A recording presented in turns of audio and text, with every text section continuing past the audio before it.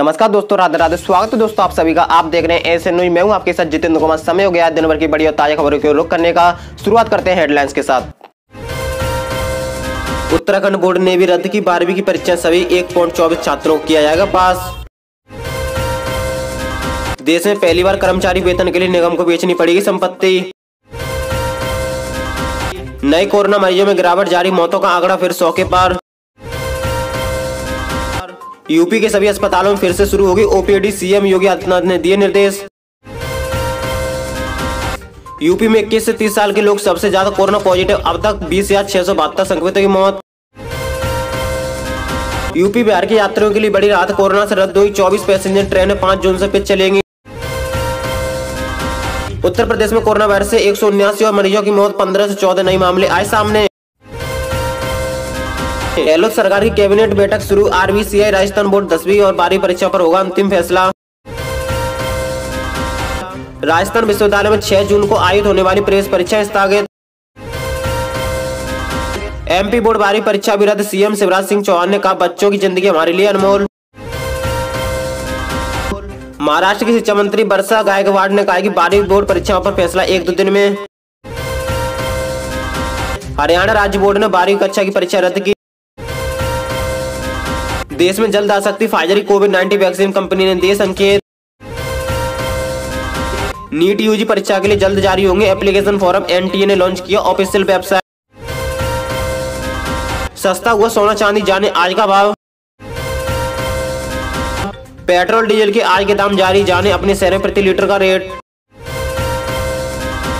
CBSE के बाद अब उत्तराखंड ने 12वीं परीक्षा रद्द कर दी है। 100% छात्रों को पास किया जाएगा। जो छात्र अंक सुधार चाहेंगे उनके लिए हालत ठीक होने पर लिखित परीक्षा आयोजित की जाएगी।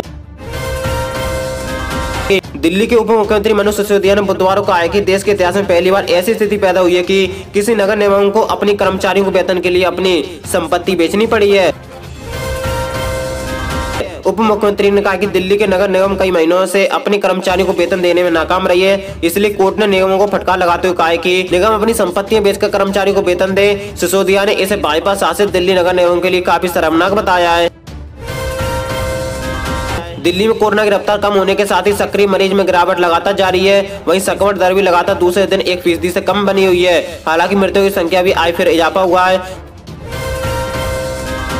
कल 63 मरीजों ने जान गंवाई थी, जबकि आज 103 मरीजों ने दम तोड़ दिया है। उत्तर प्रदेश में कोरोना की रिकवरी रेट में लगातार हो रही बढ़ोतरी के बीच मुख्यमंत्री योगी आदित्यनाथ ने मेडिकल कॉलेजों और स्वास्थ्य विभाग के अस्पतालों में जनरल ओपीडी शुरू करने के लिए निर्देश दिए। उन्होंने कहा कि कोरोना महामारी के खिलाफ एग्रेसिव टेस्टिंग रणनीति के सकारात्मक परिणाम सामने आ रहे हैं।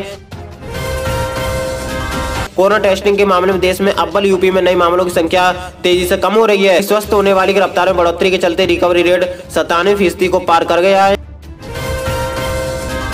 प्रदेश में 21 से 30 वर्ष के लोग कोरोना से सबसे अधिक संक्रमित हुए हैं। हालांकि इस आयु वर्ग के सभी अधिक लोग संक्रमित होने के बावजूद मरने वालों में इस आयु वर्ग की संख्या काफी कम रही है। इसके विपरीत 60 वर्ष से उससे अधिक आयु वर्ग के बुजुर्ग 21 से 30 वर्ष के आयु वर्ग की तुलना में आधे से भी कम संख्या में संक्रमित हुए। लेकिन कोरोना से मौत सबसे अधिक बुजुर्गों की हुई है। कोरोना के बढ़ते प्रकोप और यात्रियों की घटती संख्या कारण रद्द की गई कई पैसेंजर ट्रेनों को फिर से शुरू किया जा रहा है। पूर्व मध्य रेलवे की ओर से इसके बारे में जानकारी दी गई है। इन ट्रेनों के चलने से यूपी बिहार के यात्रियों को बड़ी राहत मिलेगी। ये ट्रेनें डेमू और मेमू स्पेशल पैसेंजर बनकर 5 जून से पटरी पर दौड़ने लगेंगी।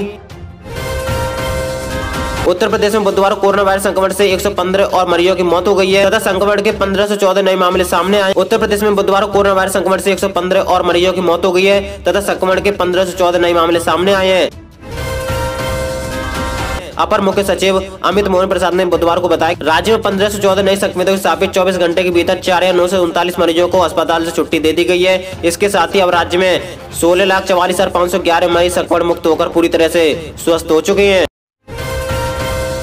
सीबीएसई 10वीं और 12वीं परीक्षा रद्द होने के बाद अब गहलोत सरकार को राजस्थान माध्यमिक शिक्षा बोर्ड आरबीएसआई की 10वीं और 12वीं परीक्षाओं को फैसला करना है। आरबीएसआई 10वीं और 12वीं परीक्षा रद्द की जाए या फिर उनका आयोजन किया जाए। राज्य की शिक्षा मंत्री गोविंद सिंह डोटासरा ने मंगलवार को ट्वीट कर कहा कि मुख्यमंत्री अशोक गहलोत जी की चर्चा अनुसार बुधवार को कैबिनेट की बैठक में बोर्ड परीक्षाओं को लेकर अंतिम निर्णय लिया जाएगा।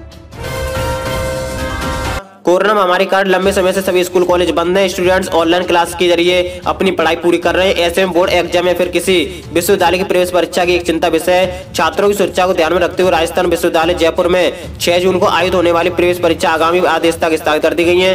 वहीं राजस्थान बोर्ड की 10वीं और 12वीं की बोर्ड परीक्षा को लेकर आज मंत्रिमंडल की बैठक में निर्णय लिया जाएगा कि बोर्ड परीक्षा होंगी या नहीं। सीबीएसई 12वीं परीक्षा के बाद अब एमपी बोर्ड 12वीं परीक्षा भी रद्द कर दी गई है। राज्य के मुख्यमंत्री शिवराज सिंह चौहान ने बुधवार को यह घोषणा की है कि जल्दी 12वीं परीक्षा की मूल्यांकन नीति जारी होगी। शिवराज सिंह चौहान ने ट्वीट कर कहा है कि मध्य प्रदेश में 12वीं परीक्षा की बोर्ड परीक्षा इस वर्ष आयोजित नहीं की जाएंगी। बच्चों की जिंदगी हमारे लिए अनमोल है। करियर की चिंता हम लोग बाद में कर लेंगे। बच्चों पर जिस समय कोविड-19 महामारी का बोझ है, उस समय हम उन पर परीक्षाओं का मानसिक बोझ नहीं डाल सकते। सीबीएसई 12वीं परीक्षा रद्द होने के बाद महाराष्ट्र बोर्ड 12वीं के करीब 14 लाख छात्रों को राज्य सरकार के फैसले का इंतजार है। इस बीच महाराष्ट्र की शिक्षा मंत्री वर्षा गायकवाड ने बुधवार को कहा है कि 12वीं राज्य बोर्ड परीक्षाओं को लेकर आपदा प्रबंधन प्राधिकार को एक प्रस्ताव भेजा गया है। वे इस मामले पर बैठक करेंगे और 1-2 दिन के भीतर फैसला ले लिया जाएगा। छात्रों की सुरक्षा और स्वास्थ्य सरकार की प्राथमिकता। हरियाणा सरकार ने राज्य बोर्ड की 12वीं कक्षा की परीक्षा रद्द करने का फैसला किया है। शिक्षा मंत्री कंवर पाल ने मंगलवार को जानकारी दी है। देश में कोरोना संकट की स्थिति में सुधार जरूर हुआ है, लेकिन अभी भी 1 लाख से ऊपर केस सामने आ रहे हैं। सरकार ने कोरोना संकट पर काबू पाने के लिए टेस्टिंग, ट्रैकिंग और टीकाकरण का अभियान चला रखा है। वहीं फाइजर ने संकेत दिया कि मुताबिक भारत में उसके वैक्सीन आ सकती है। फाइजर ने बुधवार को कहा कि टीकाकरण कार्यक्रम में इस्तेमाल की जाने के लिए अपनी कोविड-19 वैक्सीन को उपलब्ध कराने की दिशा में भारत सरकार के संपर्क में है। राष्ट्रीय पात्रता सह प्रवेश परीक्षा के लिए एप्लीकेशन फॉर्म जल्दी जारी किए जाएंगे। नेशनल टेस्टिंग एजेंसी ने नीट यूजी 2021 के लिए ऑफिशियल वेबसाइट लॉन्च किया है। इस नई वेबसाइट पर नीट परीक्षा के लिए एप्लीकेशन फॉर्म जल्द उपलब्ध कराए जाने की जानकारी दी गई है। एप्लीकेशन फॉर्म के साथ ही एजेंसी द्वारा इन्फॉर्मेशन ब्रोशर भी जारी किए जाएंगे। गुरुवार को सोने और चांदी कीमत में मामूली गिरावट दर्ज की गई है। IBGA के मुताबिक गुरुवार को 24 कैरेट सोने की कीमत में 54 रुपए की फिसलन के साथ ही 49,218 रुपए प्रति 10 ग्राम पर पहुंच गई है। वहीं चांदी कीमत में 131 रुपए की टूट लिखी है, जिसके बाद 999 शुद्धता वाली 1 किलो चांदी कीमत में 71,351 रुपए रही है। सरकारी तेल कंपनियों ने आज गुरुवार यानी 3 जून के पेट्रोल डीजल के दाम जारी कर दिए हैं। घरेलू बाजार में सरकारी तेल कंपनियों ने आज दोनों ही कीमत में कोई बदलाव नहीं किया है। पेट्रोल डीजल के दाम में आज 3 जून कोई बढ़ोतरी कटौती नहीं की गई है।